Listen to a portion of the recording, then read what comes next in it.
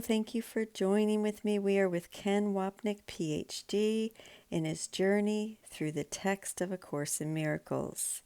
And today we are on Chapter 5, Healing and Wholeness. Picking up our reading, the Atonement Principle. 5, 6, 12 through 13.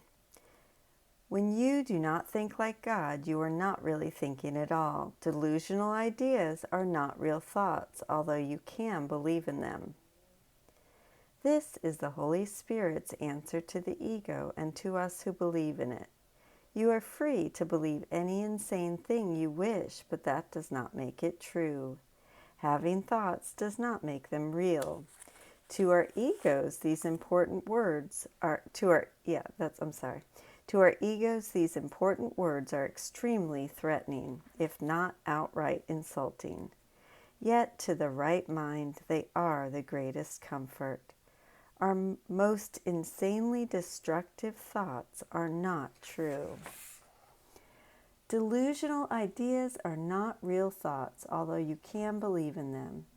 We all know how intensely we can place our faith in madness and believe it to be true. But the fact that we do, or 6 billion people do, does not make insanity any less unreal. It just means that there are billions of delusional thinkers in the world. Remember that you who are part of the kingdom cannot be lost. That's section 6.3.1, and kingdom is heaven. Remember, you who are a part of heaven cannot be lost. Again, we think we lost heaven, the kingdom, and in our projected madness believe it was stolen from us. The fact of the matter, though, is that nothing has happened. We forever remain as God created us. 7.1, 1 through 2. Do you really believe you can make a voice that can drown out God's? Do you really believe you can devise a thought system that can separate you from Him? Our insanity is that we believe we can.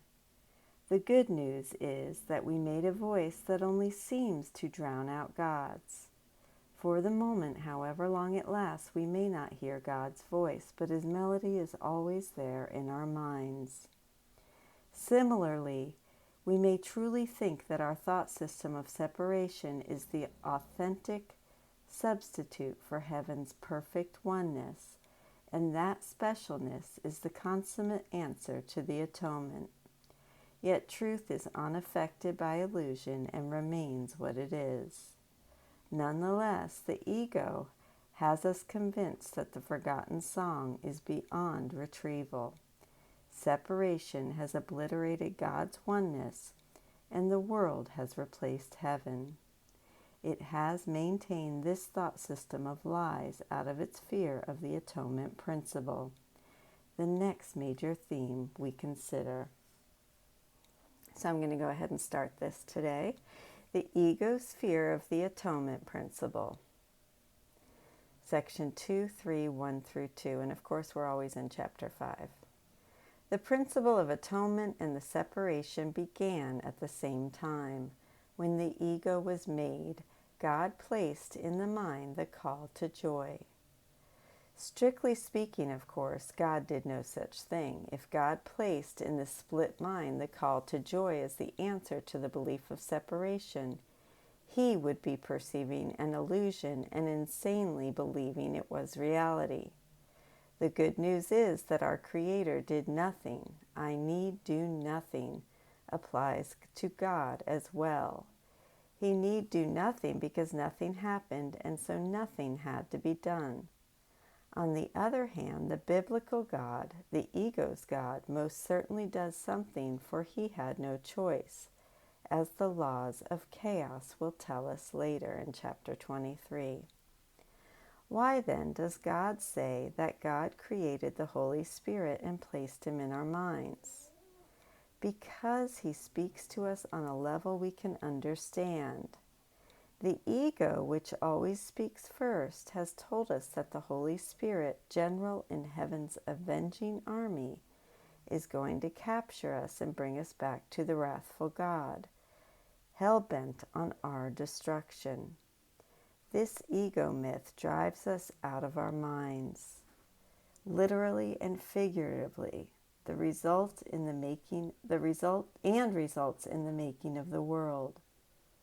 Jesus uses the same myth and changes the meaning of its symbols.